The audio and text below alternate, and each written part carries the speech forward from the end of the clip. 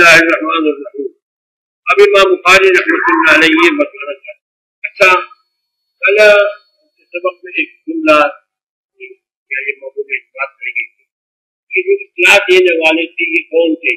عباد ابن بشر یا عباد ابن نجیب کے دو کون تھے. لیکن وہاں اس پر اتفاق ہے کہ عباد تھے. کیا تھے؟ عباد تھے. عباد ابن بشر تھے یا عباد ابن نجیب تھے کسی اختلاف ہے.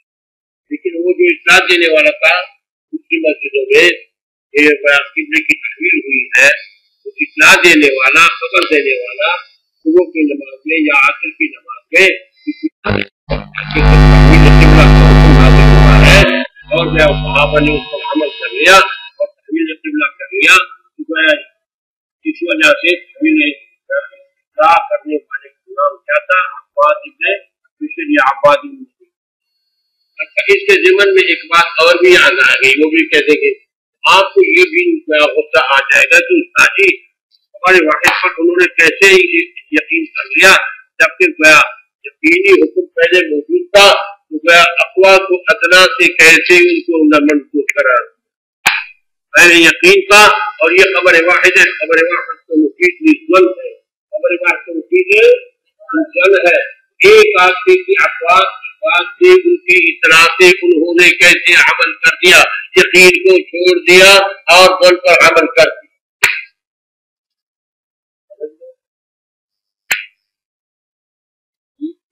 میں آیا اس کا جواب یہ ہے کہ انور رحمت اللہ علیہ نے بھی لکھا ہے، حافظ ابن حجر نے بھی لکھا ہے کہ جب خبر واحد مستقبل قرائن ہو، خبر واحد مستقبل قرائن ہو تو وہ مفید یقین ہوتا ہے. کیا ہوتا ہے؟ مفید یقین ہوتا ہے. جب مستقبل قرائن ہو جاتا ہے تو یہاں خبر واحد مستقبل قرائن ہے، اس کے ساتھ قرائن موجود تھے کیونکہ پہلے سے ان کو صحابہ کرام کو ان کی خواہش معلوم تھی تحویل قبلہ کی. ان کی خواہش تھی کہ ہمارا قبلہ بیت اللہ شریف ہو. اس کے ساتھ قرینہ ملا کر اس کے صحابہ کرام کو یقین آ گیا. جب خبر واحد مستقبل قرائن ہو جاتا ہے تو پھر وہ مفید نسل نہیں ہوتا، وہ مفید یقین ہو جاتا ہے. اس کی مثال میں یوں دیتا ہوں سمجھانے کے لیے کہ مدرسے والوں نے اشتہار چھپوایا، نام دے دیا فلان مولانا صاحب، فلان مولانا صاحب، یہ چرچے میں شریک ہونے والے مطلب یہ ہوتا ہے. پھر اس کے بعد جلسے کا دن آ جاتا ہے، اس کو پھول آ جاتا ہے اس کا کہ میں آ رہا ہوں، میں آ رہا ہوں، ٹیلی فون کر دیا. پھر اس کے بعد ٹوکر نے اپڈیٹ پہنچ پھر فون کیا کہ میں ٹوکر نے اپڈیٹ پہنچ گیا، اب آگے کیسے آؤں گا؟ تو پھر راستہ بتا دیا کہ یہاں کچی کوٹھی کے پاس پہنچ کر 720 جو ہے عظیم آباد کا پوچھے تو آپ پہنچ جائیں گے. راستہ بتا دیتے. پھر اس کے بعد وہ جب ہو جاتا ہے تو وہ یہ دوڑ دوڑ کے میرے پاس آ جاتا ہے کہ استاد جی فلان آیا. یہ خبر واحد ہے لیکن مجھے یقین ہو جائے گا یا نہیں آیا؟ یہ سن ہوگا یہاں یا یقین ہوگا؟ کیونکہ ساتھ ساتھ قرائن ہے.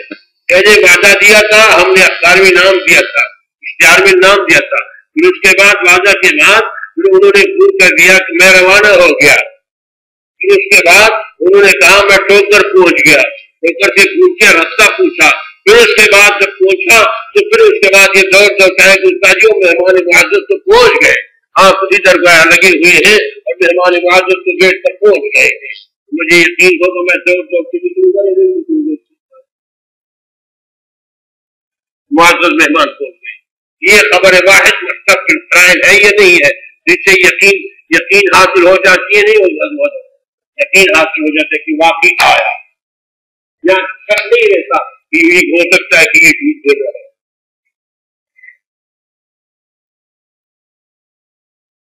سمجھ گئے؟ اللہ سمجھ لیتا.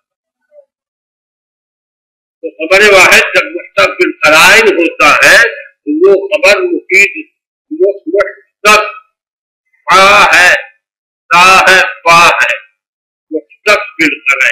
یعنی اس کو قرائن گھیرے میں لے لے،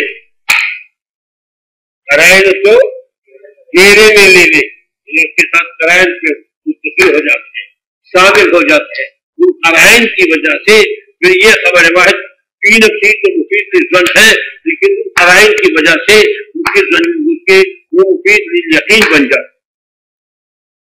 سمجھ گئے؟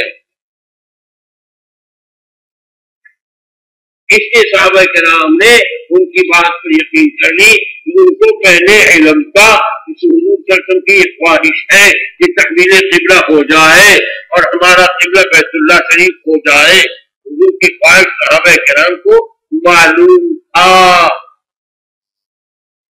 قد نرى تقلب وجهك في السماء، قد نرى تقلب وجهك في السماء، وہ بار بار حضور کا انتظار کر رہے تھے، صحابہ بھی دیکھ رہے تھے، حضور کی یہ خواہش ہے، وہ ہم نشین تھے، سمجھ گئے، اور ہم مجلس تھے۔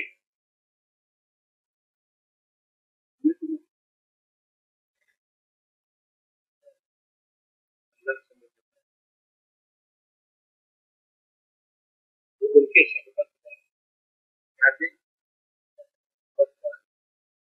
فرماتے ہیں، اس سے معلوم ہوا کہ صحبت سے اعلیٰ لفظ کوئی نہیں تھا، صحابہ کریم معلوم ہو رہا ہے کہ صحبت سے قیمتی چیز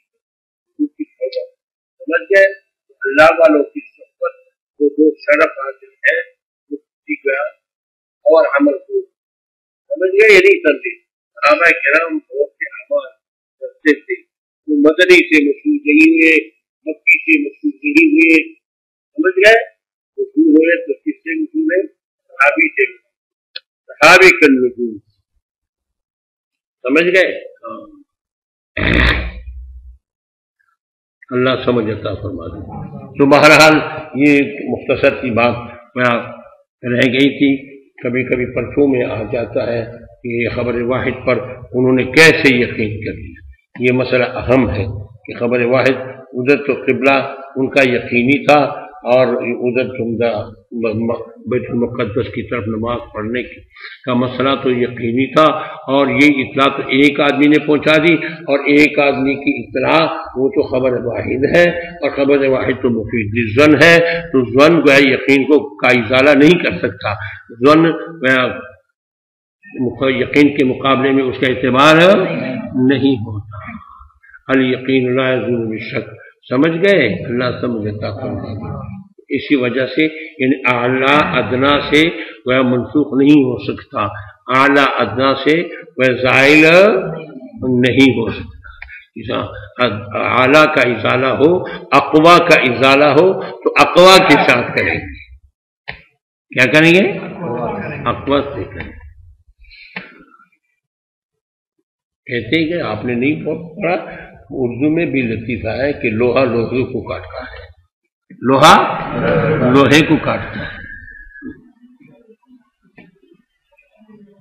سمجھ گئے، لوہا لوہے کو کاٹتا ہے، یعنی مطلب یہ ہے کہ جو چیز جتنی مضبوط ہو اس کے لیے اتنی ہی مضبوط چیز کا علامت ہے، اس کو کاٹے گی، سمجھ گئے۔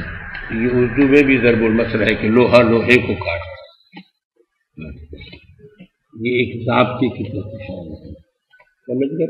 تو جب دو دلیل قوت میں برابر نہ ہوں تو وہ دوسرا دلیل ہوتا ہے وہ ناسخ تب بنتا ہے، اور وہ پہلے کا قول کو تب منسوخ کرتا ہے، پہلے حکم کو تب منسوخ کرتا ہے کہ اس کے ساتھ قوت میں برابر ہو یا قوت میں اس سے اعلیٰ ہو، قوت میں اس سے اعلیٰ ہو۔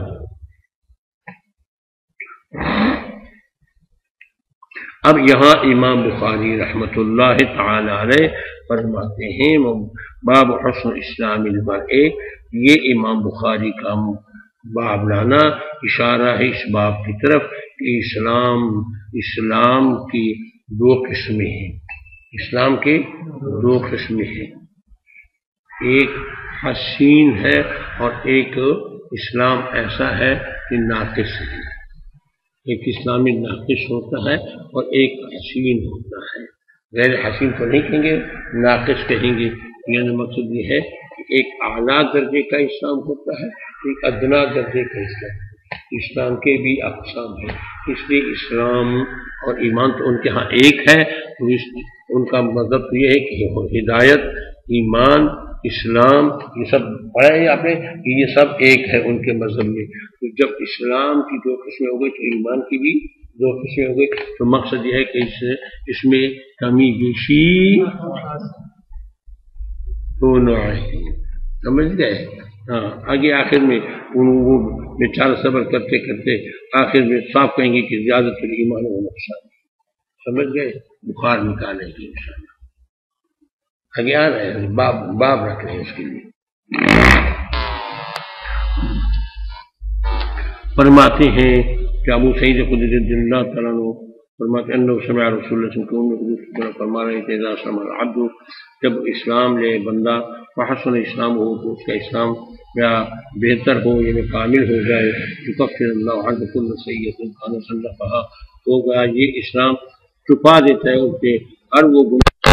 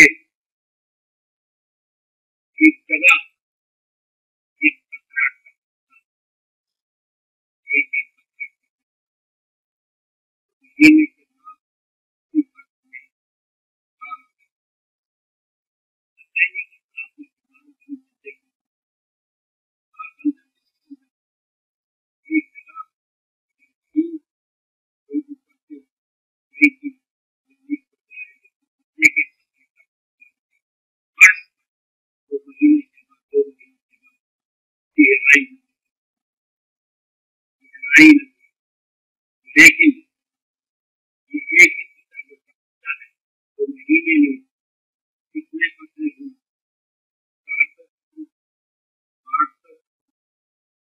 800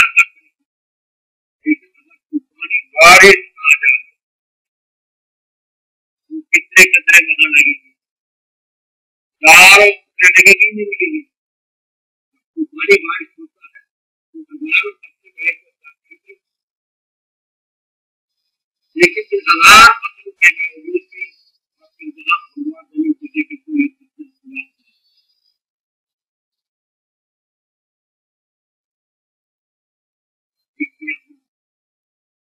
ایک دن میں ایک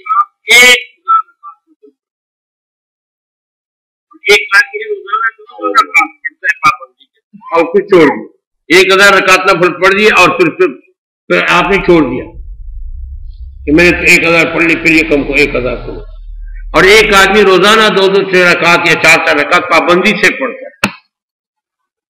جو پابندی سے پڑھتا ہے اس کا اثر زیادہ ہوتا ہے.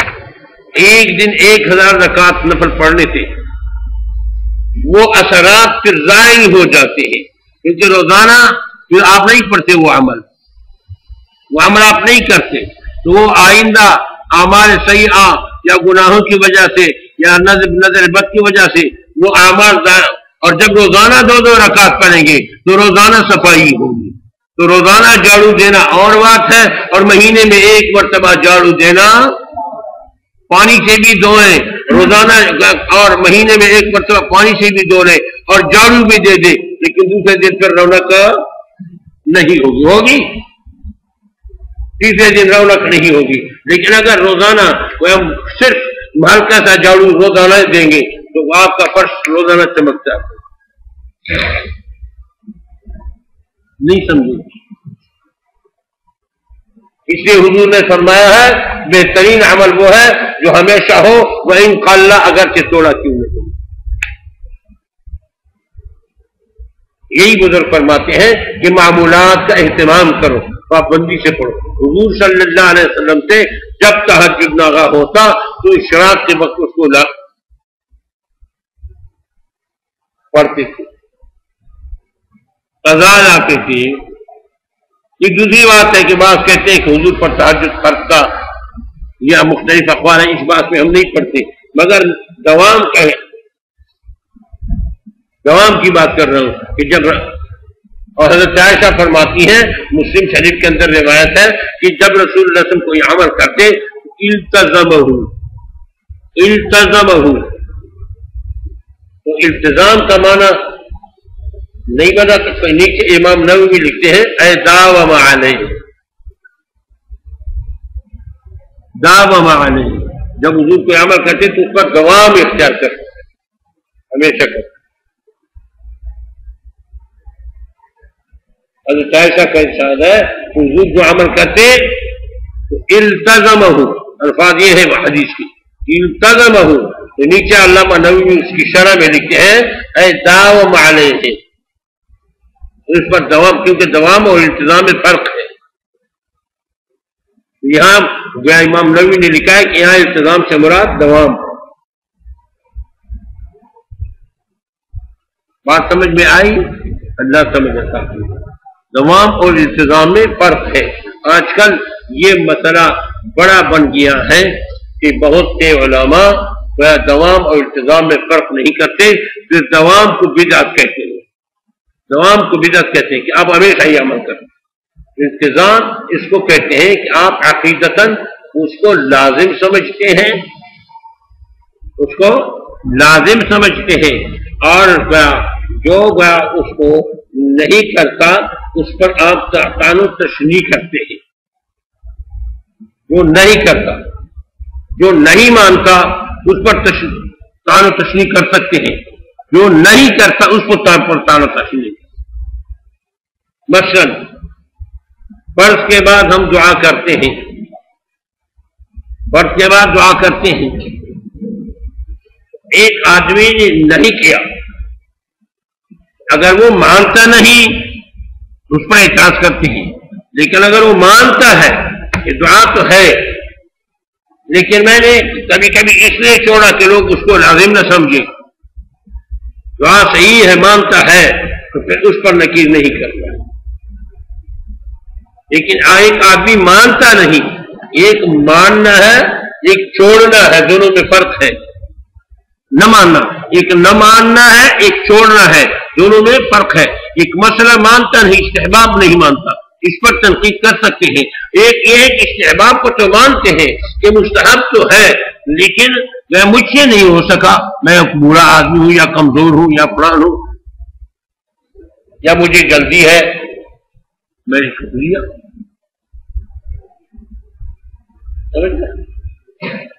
ان دونوں میں فرق ہے۔ ایک مرتبہ میرا ایک شاگرد تھا، اللہ ان کے خبر کو نور سے بھر دو، اللہ اکبر کبیرہ، کھجور پہ چڑھا تھا، کھجور سے گر گیا، یا گردن کی ہڈی ٹوٹی، وہ بات تو اکوڑا خٹک میں پڑھتی تھی، اکوڑا خٹک کے طالب علم تھے، میں بھی اتفاقاً اکوڑا خٹک گیا۔ جب گیا تھا تو بیٹھے رہے تو ایسے مسائل میں گفتگو ہوئی، تو وہ کہتے تھے کہ جی یہ عوام پھر یہ شور کیوں مچاتے ہیں؟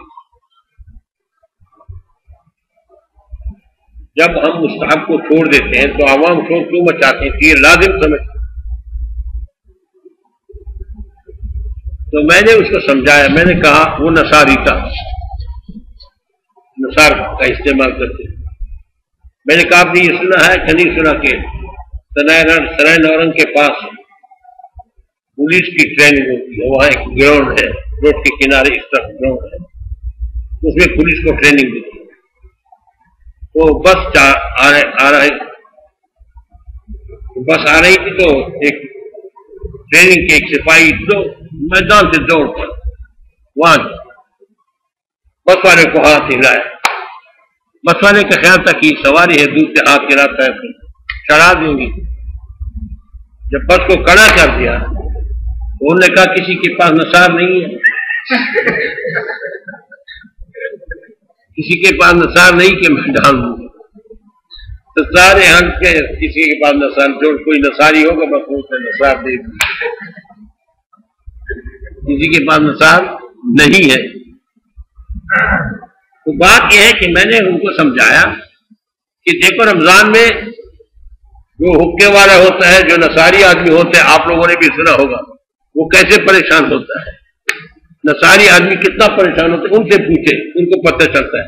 وہ سب سے زیادہ ان کو شوق جو ہوتا ہے مغرب کا انتظار ہوتا ہے، وہ نصار کا ہوتا ہے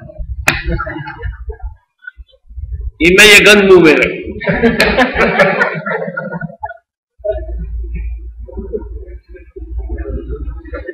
سمجھ گئے؟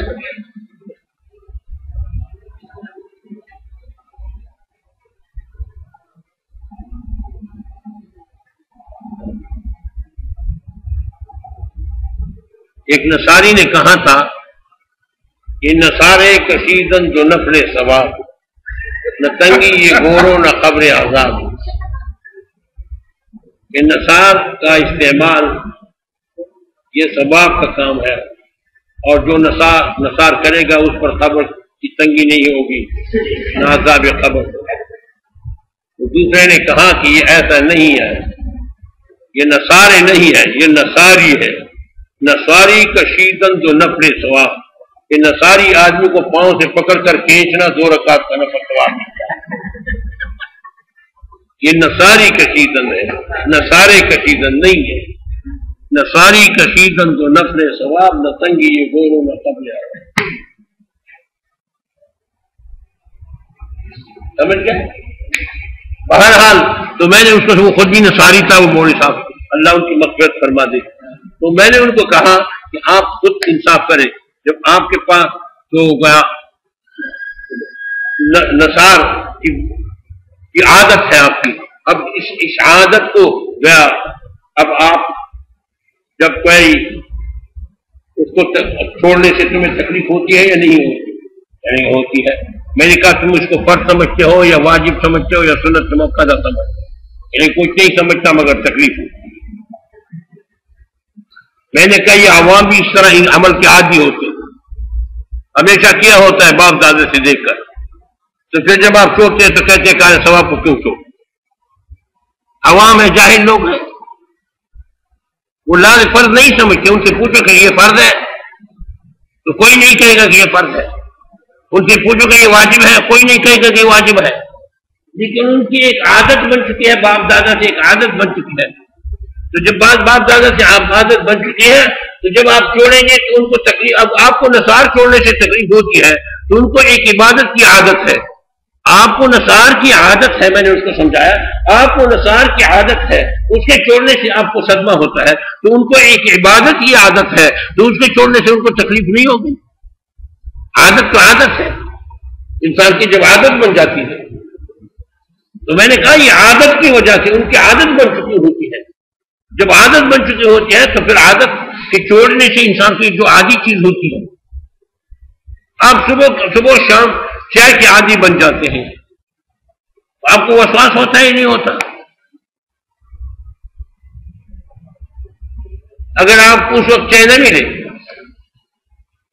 تو یقین آپ پریشان ہیں. بعض لوگوں کو رات کے وقت چائے کی عادت ہوتی ہے تو وہ ان کو نیند نہیں آتی، چائے کا وسواس ہوتا ہے کہ کب چائے. اب جب مہمان ہو جاتا ہے کسی کوئی نہیں ہوتا تو پریشان ہوتا ہے.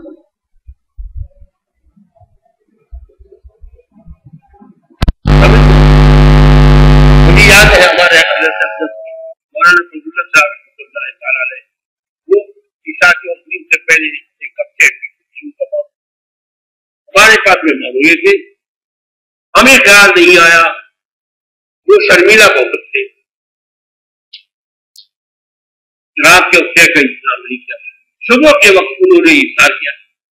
گھر والے نے کہا کہ آپ رات کو اب ہمیں دکھ ہے کیا تو رات کو لگا اپنا گھر ہے.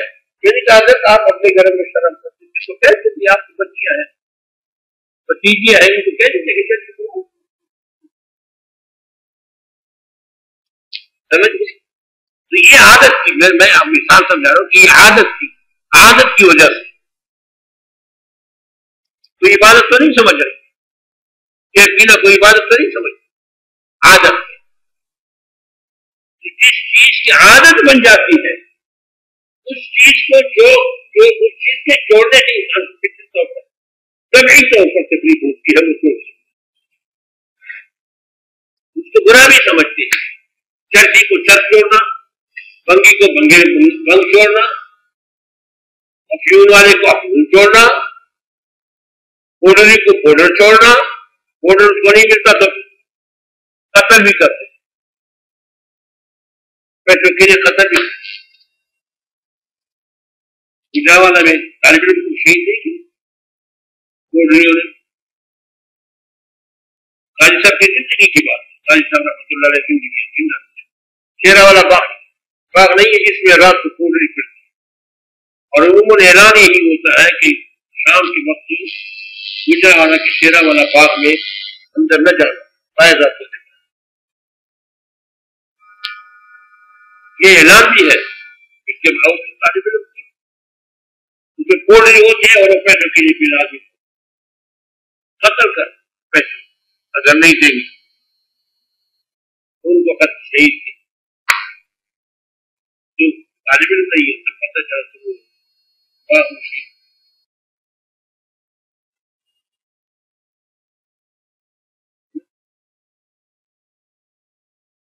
تو یہ کیا مصیبت پوڈر کا پوڈری ہوتی ہے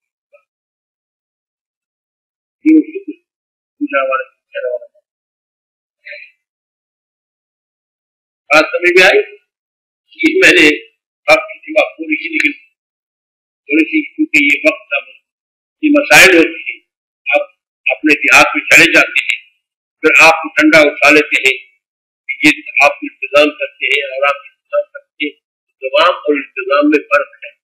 دوام ہمیشہ کرنا اور بات ہے، ہمیشہ بھی ہر عمل کو ہر عمل کا دوام کرتے تھے، لیکن اس کا اچھا اس کا چھوڑنا اور بات ہے، اس کا نہ ماننا۔ اب یہ بھی بات ہے کہ پھر اس پر تنقید کیوں کرتی ہے؟ وہ اصل میں وہ لوگ مانتے نہیں، وہ لوگ نہ ماننے پر تنقید، نہ کرنے پر تنقید نہیں کرتے، نہ ماننے پر تنقید کرتے کہ یہ اس کو مانتے رہتا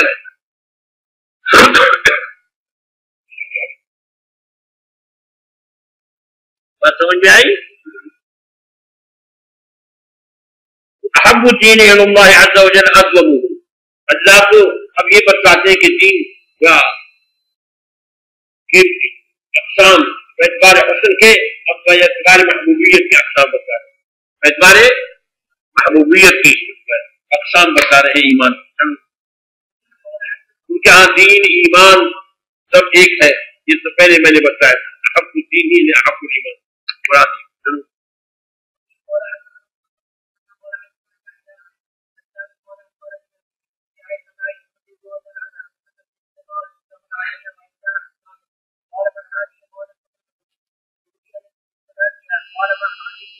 من صلاتها، ان کے نماز کا تذکرہ ہوتا ہے، لوگ ذکر کرتے ہیں کہ اتنی نماز پڑھتے ہیں، اتنے نماز پڑھتے ہیں، یہ بہت زیادہ ہے۔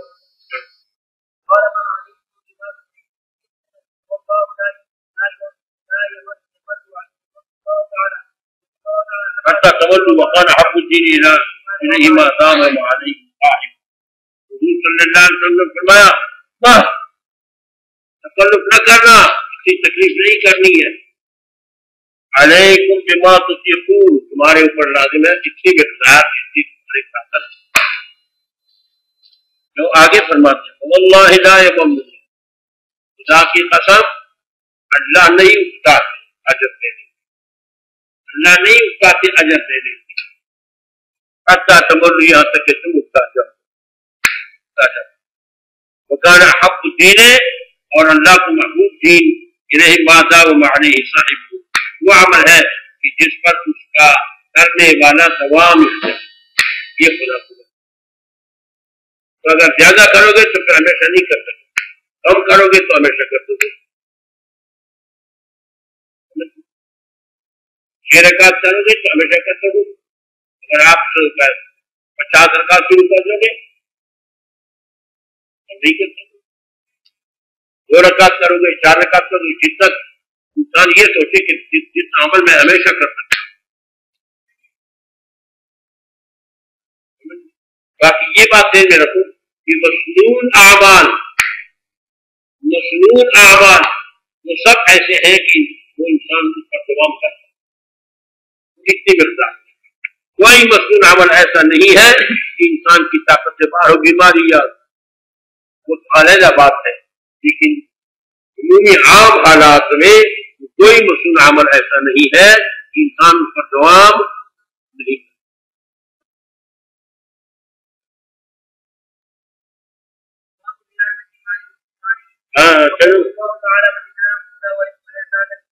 وزدناہم ہدی، دیکھو میں نے بتایا کہ ان کے ہاں ہدایت، ایمان، تقوی، اسلام، یہ سب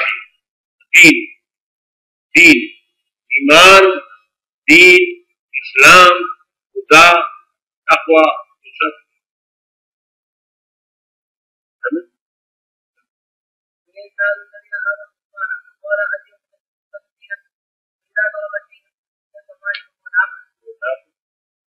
کمال کے مقابلے کے نقصان ہے۔ مسلم ابن ابراہیم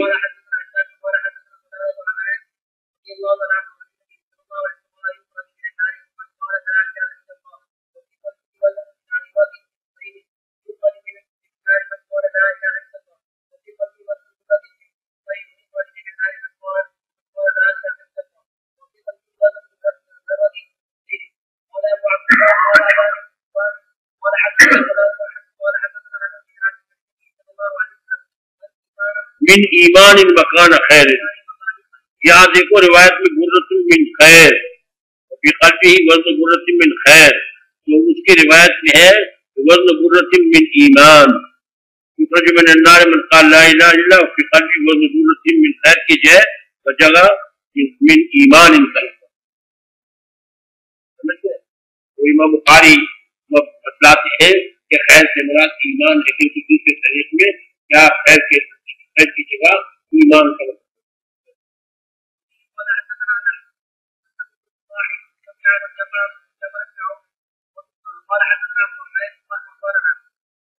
قيس بن مسلم عن طارق بن شهاب عن عمر بن الخطاب رضي الله تعالى عنه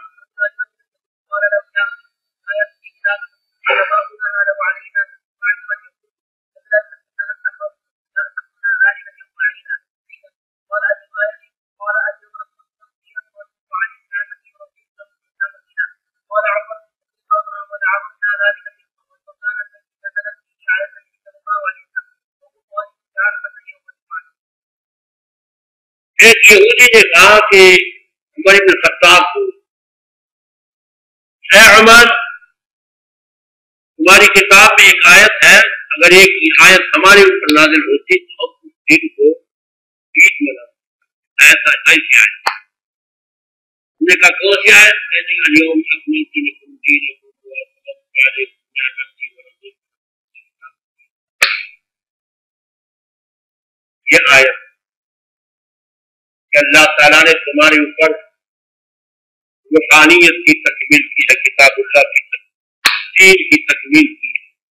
اليوم اکملت لکم دینکم واتممت علیکم نعمتی ورضیت لکم الاسلام۔ یہ آیت اگر ہمارے اوپر ہم اس دن کو جس دن نازل ہوتی اسی دن کو عید مناتے۔ حضرت عمر رضی اللہ عنہ نے جواب دیا قد عرفنا ذلك اليوم والمكان الذي نزلت فيه على النبي، ہم جانتے ہیں اس دن کو بھی کہ کون سا دن اور اس جگہ کو بھی جہاں وہ یہ آیت نازل ہوئی ہے حضور صلی اللہ علیہ وسلم وہ قائم بعرفۃ یوم الجمعہ، حضور عرفات کے کھڑے تھے، مکان عرفات اور اس دن جمعہ۔ اس کی دو توجیہات، ایک توجیہ تو یہ ہے کہ ہم عید مناتے ہیں جمعے کے دن جو مسلمانوں کا عید ہے، کپڑے تبدیل کرنا وغیرہ وغیرہ، بعض روایت بھی الفاظ ہیں کہ جمعہ مسلمانوں کی مسلمان عید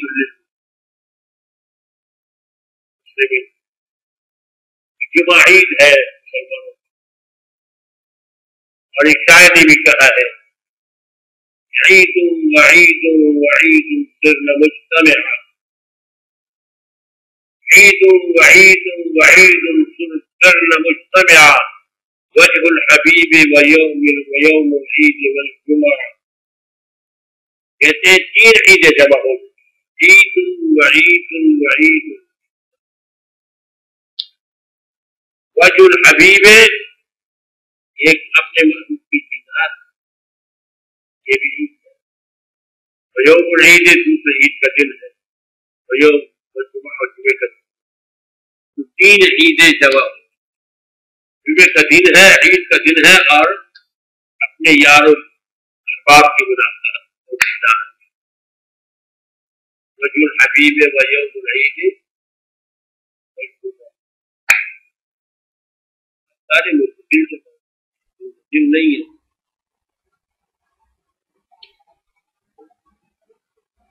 سمجھ گئے؟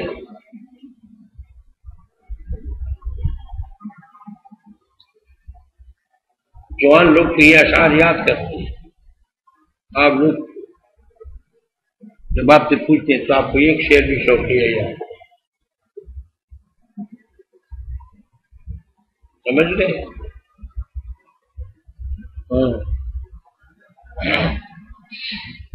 تو ایک توجیہ تو یہ ہے کہ ہم جانتے ہیں ہماری یوم عید ہے، ایک جواب۔ دوسرا جواب یہ ہے کہ حضرت عمر نے فرمایا کہ ہم اس کو جانتے ہیں مگر ہمارے ہاں ایام کا منانا نہیں ہے، دن منانا نہیں ہے اسلام میں۔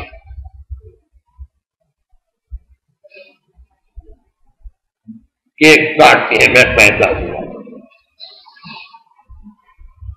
کیک کاٹتے خود میں پیدا ہوں، اپنی پیدائش پر بوڑھا ہو جاتا ہے، جی میں نے یہ سالگرہ کہتے ہیں، کیا کہتے ہیں، سالگرہ، لغت بھی اٹھائیں گے، سالگرہ کہتے ہیں،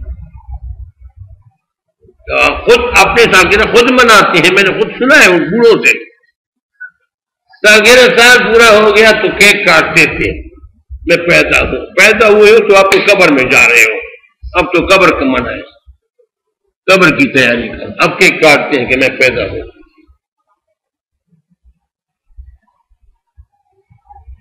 تو حضرت عمر نے یہ بتایا کہ ہمیں یہ دن معلوم ہے لیکن ہمارے ہاں دن منانے نہیں، دن بھی معلوم ہے، جگہ بھی معلوم ہے، مگر ہمارے ہاں دن منانا نہیں۔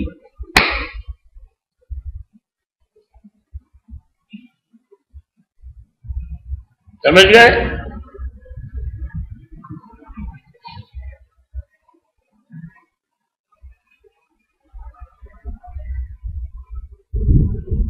اب ناراض ہوں آپ کے اندر کوئی جوشیلا ہوگا، جی ہم تو خلافت خلفائے راشدین کے یوم منانے کا مطالبہ کرتے ہیں، اور آپ کہتے ہیں کہ یوم منانا نہیں ہے، کرتے نہیں کرتے؟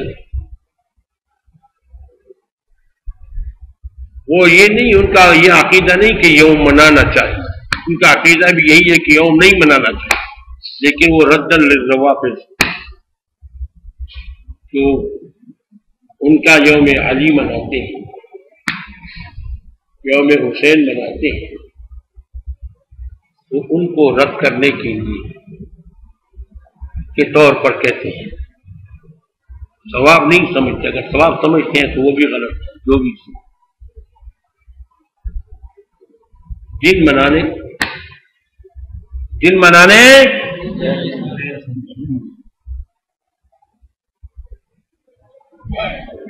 سیرت حلبیہ میں اس پر تفصیل موجود ہے کہ یہ میلاد النبی منانا یہ بھی ایک بادشاہ کے دور سے شروع ہے، پہلے نہیں تھا، صحابہ کرام کے دور میں، تابعین کے دور میں نہیں تھا، تبع تابعین کے دور میں نہیں تھا، خیر قرون میں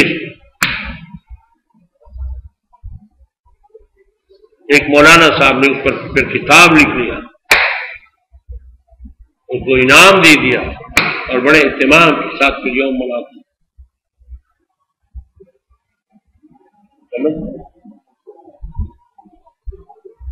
دن منانا نہیں ہے، میں تو حضور کی پیدائش اللہ کی رحمت ہے، سمجھ پوری دنیا کے لیے روشنی ہدایت۔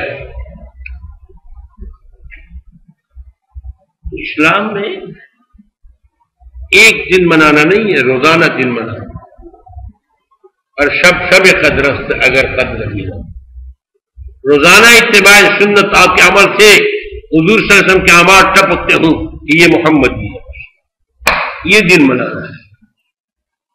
داڑھی منڈواتا ہے تو دیکھ پکا لیتا ہے میں نے دن منایا۔ قصور میں گیا، ایک نعت خان تھا، داڑھی منڈا تھا، میں نعت پڑھوں گا، بستی والے تھے، انہوں نے کو موقع دے دیا، میں خاموش رہا، انہیں نعت پڑھ لی، میں نے بھی تقریر کر لی، کوئی تنقید ان پر نہیں کی، آخر میں داڑھی کا مطالبہ شروع کر دیا۔ وہ بیٹھے تھے، میں یہ نہیں کرتا کہ کسی کو چھیڑوں کہ تم اٹھو، مگر اس مرتبہ اس نعت خان کو میں نے کہا تم تو عاشق رسول ہو، آپ نے تو نعت پڑھ لیا ہے، چلو اٹھو، تم تو اٹھو، داڑھی چھوڑو۔ وہ زمین کی طرف زور کر رہا تھا، میں اس کو اٹھاتا، آخر اٹھایا۔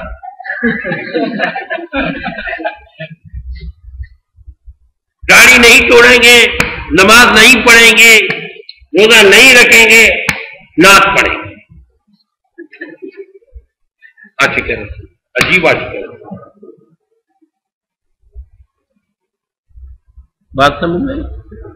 میں نے بڑی تجویر کے ساتھ میں نے کہا تم تو عاشق رسول ہو، بسم اللہ، آپ تو اٹھیں گے ضرور، یہ تو آپ ہی پر نظر ہے۔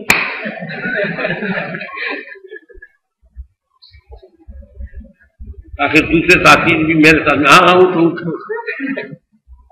آخر کھڑا کر، داڑھی چھوڑنے کا وعدہ نہیں کرا۔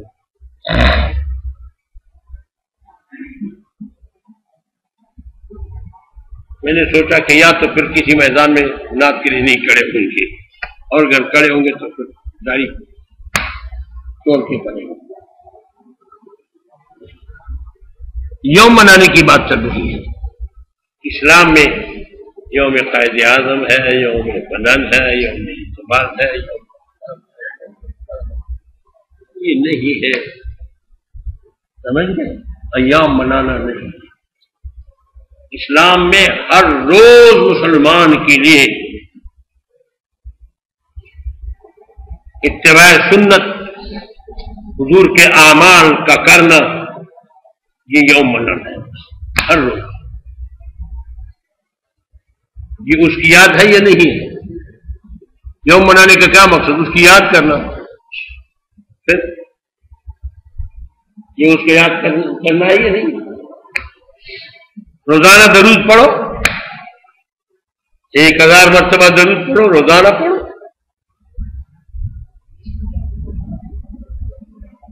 کس نے منع کیا؟ کون درود کا منکر؟ ہمارے والد صاحب رحمۃ اللہ نے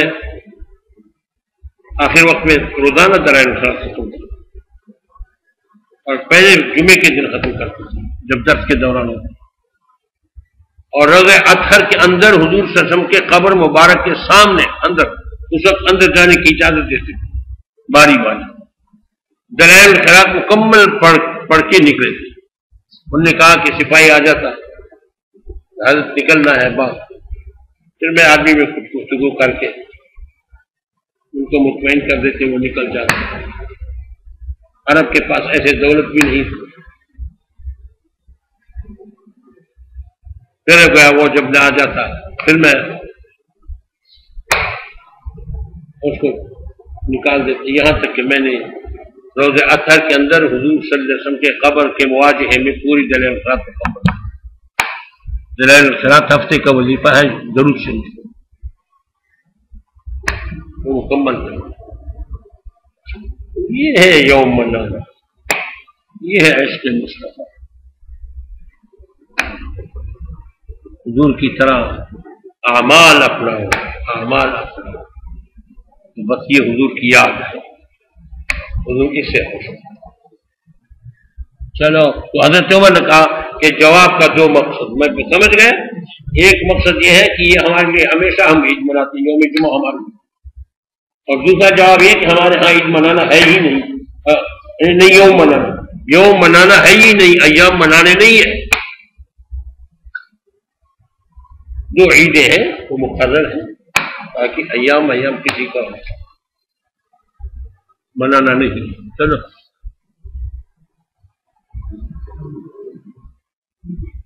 ٹائم ہو گیا، آگے کس کا کرنا ہے؟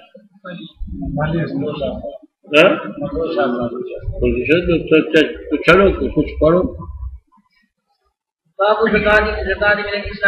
جب وہ نہیں ہے تو اس سے فائدہ اٹھائے۔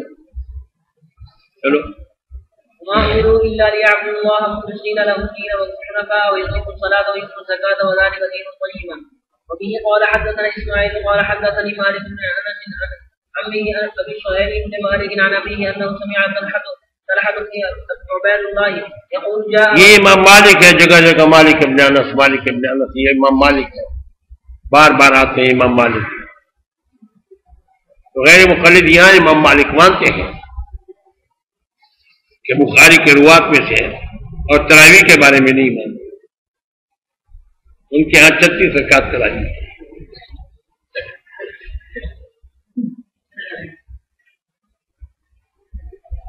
سمجھ؟ امام مالک کا مذہب یہ ہے کہ 36 رکعت، 4 رکعت امام کے ساتھ، پھر 4 رکعت علیحدہ، پھر 4 رکعت امام کے ساتھ، پھر 4 رکعت علیحدہ سلائے گی۔ وہ نہیں مانتے، ہم کہتے ہیں امام مالک کو یہاں مانتے ہو تو ادھر بھی مانو، ادھر نہیں مانتے ادھر مانتے ہو۔ ایک مرتبہ ایک غیر مقلد آیا تو میں نے کہا یہ بتاؤ غیر مقلد بدعتی کی روایت قبول ہے؟ ایک ضابطہ آپ کو بتلاتا ہوں آسان طریقہ، بدعتی کی روایت قبول ہے؟ انہوں نے کہا نہیں۔ میں نے کہا سچ صحیح؟ میں نے کہا بالکل صحیح. میں نے کہا پکی بات ہے کہ پکی بات ہے کہ غیر کہ بدعتی کی روایت قبول نہیں ہے. میں نے کہا آپ کے بقول امام بخاری بدعتی. میں نے کہا امام بخاری کہتے ہیں کہ 3 طلاقیں 3 ہوتی اور آپ اس کو بدعت کہتے ہیں. 3 طلاقیں کہ 3 ہوتی ہیں امام بخاری کا مذہب. میں نے کہا امام بخاری بدعتی ہو گئے.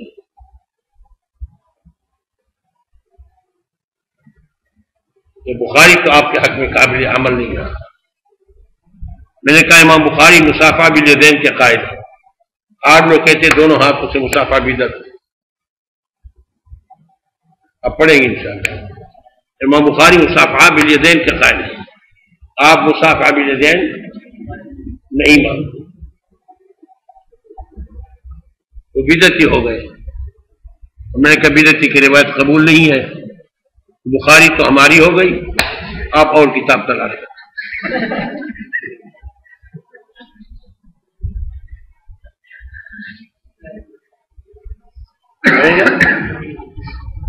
آپ کوئی اور کتاب تلاش کریں. امام مالک کو بھی بدعتی کہیں گے کہ 36 رکعت میں قائم. مدینہ منورہ میں 4 رکعت کے بعد بیٹھنا نہیں ہوتا، اس کی جگہ 4 رکعت نفل پڑھتے تھے. 4 رکعت تراویح امام کے ساتھ پڑھ لیتے، پھر 4 رکعت علیحدہ ایک نفل پڑھتے، پھر 4 رکعت امام کے ساتھ پڑھتے، پھر 4 رکعت. یہ ترتیب تھی. مکہ مکرمہ میں یہ ترتیب تھی کہ 4 رکعت پڑھ کے پھر طواف کرتے تھے، پھر 4 رکعت پڑھ کے پھر طواف کرتے تھے، پھر 4 رکعت پڑھ کے پھر طواف کرتے تھے. یہ طریقہ تھا. مکہ مکرمہ میں یہ طریقہ تھا اور مدینہ منورہ میں یہ طریقہ تھا. سنت کے اندر 20 رکعت کے ساتھ ہر 4 رکعت کے بعد طواف، اور وہاں 20 رکعت کے ساتھ ہر 4 رکعت کے بعد 4 رکعت. سمجھ گئے؟ اللہ سمجھ لیتا تھا کیا کہنا. چلو باب زکوٰۃ من الاسلام. زکوٰۃ بھی اسلام کا حصہ ہے، جز ہے تو اعمال ایمان کا حصہ ہے. امام بخاری کا مطلب ہے کہ ایمان مرکب ہے. ایمان مرکب ہے. ہم کہتے ہیں ایمان کامل مرکب ہے. جو نفس ایمان ہے وہ مسلم، جو نفس ایمان ہے. وبه قال حدثنا اسماعيل قال حدثني مالك بن انس عن ابي مالك عن ابيه انه سمع الحديث. آیت پڑھ لی وقولی تعالی وما امروا الا ليعبدوا الله مخلصين له الدين حنفاء ويقيموا الصلاة ويؤتوا الزكاة وذلك دين القيمة. اب فرماتے دیکھو اس میں اقامت الصلاۃ ہے، ایتاء زکوٰۃ ہے، اس کو دین، یہ سیدھا دین ہے، صحیح دین ہے. تو معلوم ہوا کہ دین اور ایمان اور اسلام تو ان کے ہاں ایک ہے. چلو مالك عن ابيه انه سمع طلحة بن عبيد الله يقول جاء رجل الى رسول الله صلى الله عليه وسلم من اهل نجد. ایک آدمی آئے رسول اللہ صلی اللہ علیہ وسلم کی طرف. اس آدمی کا نام تھا، نیچے لکھا ہوا ہے زمام بن ثعلبہ. زمام بن ثعلبہ اس آدمی کا نام تھا. حضور کے پاس آئے من اہل نجد، نجد والے سائر اللہ سے پراگند بال تھے، پراگندہ سر والے تھے. نسمع دوی صوتی، ہم سنتے تھے ان کی آواز کی گنگناہٹ، ایس کیا بمبناہٹ کہتے ہیں. ولا نفقه ما يقول، اور ہم نہیں سمجھتے تھے کہ کیا کہہ رہا ہے. آہستہ آہستہ بمبناہٹ کا. حتی دنا، یہاں تک کہ وہ قریب ہو گئے حضور کے پاس. پیدا ہوئے اسأل عن الاسلام، اچانک وہ پوچھ رہے تھے اسلام کے بارے میں کہ اسلام کیا ہے. عمل اسلام یا رسول اللہ. حضور نے فرمایا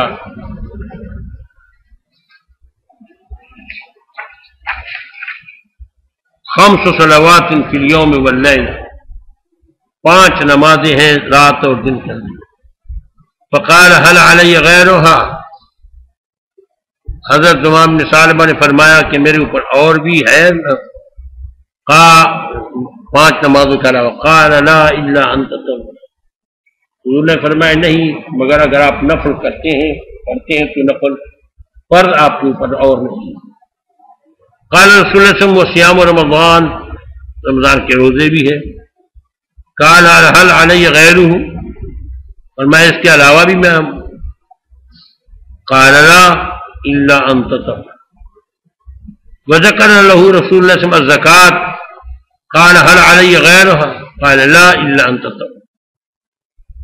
قال فأدبر الرجل وهو يقول والله لا أزيد على هذا ولا أنقص، قال رسول الله صلى الله عليه وسلم أفلح إن صدق، أفلح إن صدق، حضور نے فرمایا کہ یہ کامیاب ہوا اگر وہ سچے ہیں اس بات کے اندر۔ اب یہاں اس حدیث کے اندر امام بخاری کا مقصد تو پورا ہو گیا کہ اسلام مرکب، اسلام اور ایمان تو ایک ہے، جب اسلام مرکب ہوا تو ایمان بھی مرکب ہوا۔ سمجھ گئے؟ ان کے ہاتھوں میں نے بتایا تھا کہ یہ دیکھو نمازیں بھی اس میں داخل ہیں، روزے بھی اس میں داخل ہیں، زکوٰۃ بھی اس میں داخل ہیں، سمجھ گئے؟ یہ بات دو بات، ایک بات تو یہ ہے کہ اس کو کہا کہ حضور نے فرمایا افلح ان صدق، اس نے تو یہ کہا کہ لا ازید ولا انقص، یہ انقص کی بات تو صحیح ہے کہ میں کم نہیں کروں، لیکن زیادتی نہیں کروں گا، اس پر قسم اور اس پر داد دینا، زیادتی نہیں کروں گا، اس پر زیادتی نہیں کروں گا، کمی بھی نہیں کروں گا اور زیادتی بھی نہیں کروں گا، تو یہ قسم اس کا اٹھانا واللہ لا ازید علی ھذا ولا انقص، اس پر زیادت پر گویا اس کو داد دینا، یہ بات ذرا ظاہری عقل سے بالا تر معلوم نہیں سمجھ میں۔ اس کا جواب اچھا دوسری بات یہ ہے، وہ دوسری بات بھی سنو، دوسری بات یہ ہے کہ یہاں تو پورے شرائع نہیں ہے، مثلا حج کا ذکر نہیں ہے اس میں، سمجھ گئے؟ تو ایک کا جواب تو یہ ہے کہ اس روایت میں اجمال مختصر کر دیا ہے، یہ روایت مختصر ہے، جبکہ مفصل روایت میں آیا ہے کہ حضور صلی اللہ علیہ وسلم نے شرائع الاسلام، حضور نے اس کو دین کے شرائع بتلا دی۔ تو مقصد یہ ہے کہ حج وغیرہ جو ضروریات کے دین سے وہ سب بتلا دی۔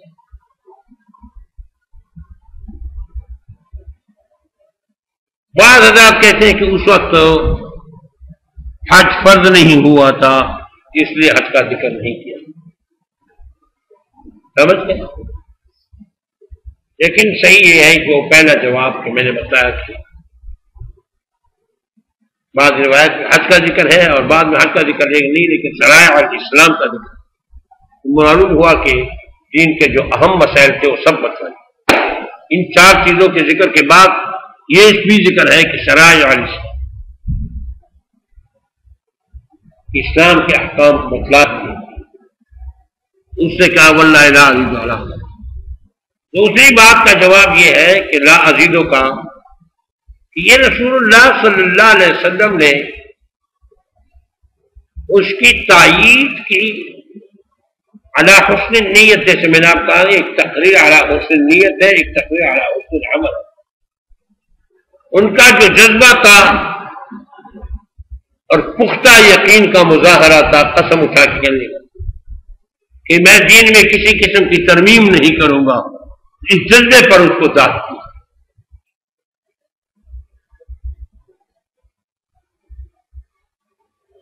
سمجھ؟